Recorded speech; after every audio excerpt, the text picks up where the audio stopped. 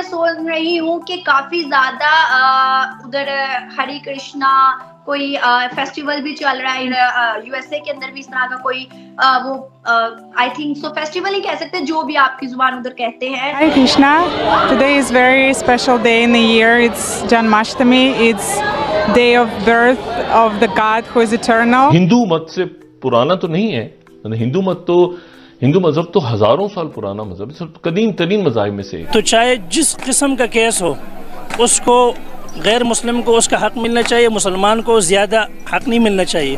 یہ اسلام کا حکم ہے. اور جنماشٹمی جیسے میں نے پہلے بھی کہا میرا بہت فیوریٹ فیسٹیول ہے. میں 8ویں پیڑھی must be a Sanatani and we are told this. اور اس میں کیوں آپ کو شرمانا ہے یا آپ کو کیوں سچ چھپانا ہے؟ and Islam is comparatively a new religion. all of them are converted. ہندو ہے دیکھو نا, سب مسلمانوں کو پیچھے چھوڑ دیا. آپ کو ایک چیز پتہ چلتی ہے کہ پریکٹیکل ہندو اور نام کے مسلمان میں فرق کتنا ہے. یہ فیسٹیول فیورٹ ہونے کی وجہ کیا ہے؟ I have a very special place in my heart for Lord Krishna. میں نے پہلے بھی کہا تھا. اور اچھی بات ان کی یہ ہے کہ ان کا اپنے بھگوان پہ بہت اچھا پکا عقیدہ ہے. بالکل یہ بہت آپ نے وہ مطلب کیا کہتے ہیں نا بینیفٹ والی بات بتائی ہے کہ ہم لوگ ایمان پہ پختہ. اگر فار ایگزامپل کہ آپ کے گھر میں کچھ آپ کے ساتھ کھانا جائز ہے یا اس کے ساتھ چلنا پھرنا جائز ہے یا کیا جائز ہے.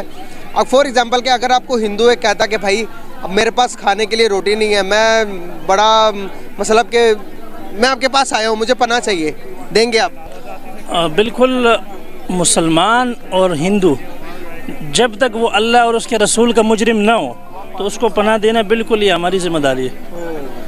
اللہ اور اس کے رسول کے مجرم ہونے سے یہ مراد ہے کہ کوئی اللہ, رسول, قرآن اور صحابہ کی توہین کرے پھر کہے کہ مجھے امن دو, تو یہ اگر مسلمان کرے اس کو بھی نہیں ملے گا اور ہندو یا غیر مسلم کرے اس کو بھی نہیں ملے گا. مطلب کہ آپ کہنا چاہتے ہیں پہلے نمبر پر انسانیت ہے. جب تک آپ کسی انسان کے مذہب کو ٹھوس نہیں پہنچاتے, کسی انسان کے خدا کو, آپ صلی اللہ علیہ وسلم کا تو بھی ارشاد ہے نا, آپ صلی اللہ علیہ وسلم نے فرمایا کہ تم کسی کے خدا کو برا نہ کہو, بس وہ تمہارے سچے خدا کو برا کہے.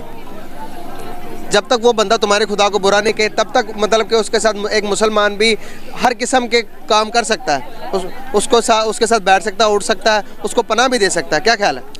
بالکل. اصل بات یہ کہ یہ جو آپ نے فرمایا یہ قرآن کی آیت ہے کہ کسی کے خدا کو برا نہ کہو وگرنہ وہ تمہارے سچے خدا کو برا کہے گا.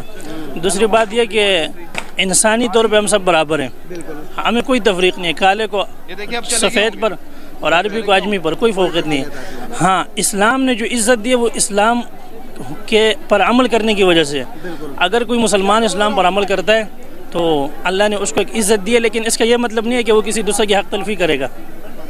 اچھا, بہت ساری خبریں یہ آتی ہیں کہ ہندو سمجھتے ہیں کہ مسلمان اہم ہی چڑھ دوڑتے ہیں. اگر جب آپ کیا وجہ ہے کہ اگر مسلمان کسی کے لڑے تو کہتے ہیں کہ یہ مسلمان لڑا ہے, جب ہندو لڑے تو وہ کہتے ہیں کہ بھائی یہ فلانی بندہ لڑا ہے. یہ کیا وجہ ہے؟ دیکھیں اصل میں اسلام کا راستہ بند کرنے کے لیے بین الاقوامی سازش یہ ہے کہ اسلام کو بدنام کرو, اور آپ کو پتہ ہے کہ بد سے بدنام برا ہوتا ہے. تو اس لیے جو اصل برائیوں کی اور جرائم کی جڑ ہے اس پہ تو کوئی بات نہیں کرتا, اور مسلمان کو اور قرآن کو اور اسلام والوں کو بدنام کرنے کے لیے معمولی سی بات کو نا ایشو بناتے ہیں.